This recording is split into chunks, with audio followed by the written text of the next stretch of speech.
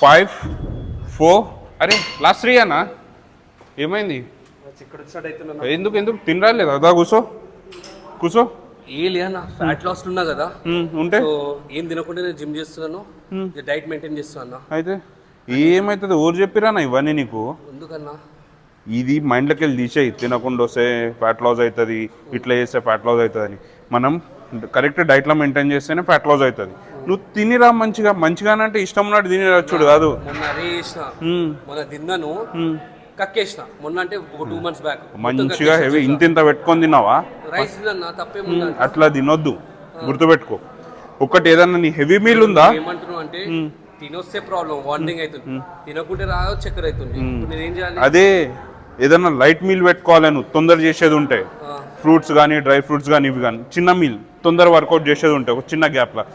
లేదు ఇంకా నాకు ఎక్కువ టైం ఉంది ఒక 1 hour 2 hours గ్యాప్ ఉంది అని అంటే అప్పుడు దానికి ముందు పెద్ద మీల్స్ పెట్టుకో కానీ చిన్న టైంలోనే హెవీ మీల్ పెట్టుకొని ఇట్లా చేసినావు అనుకో వామిటింగ్ అవుతుంది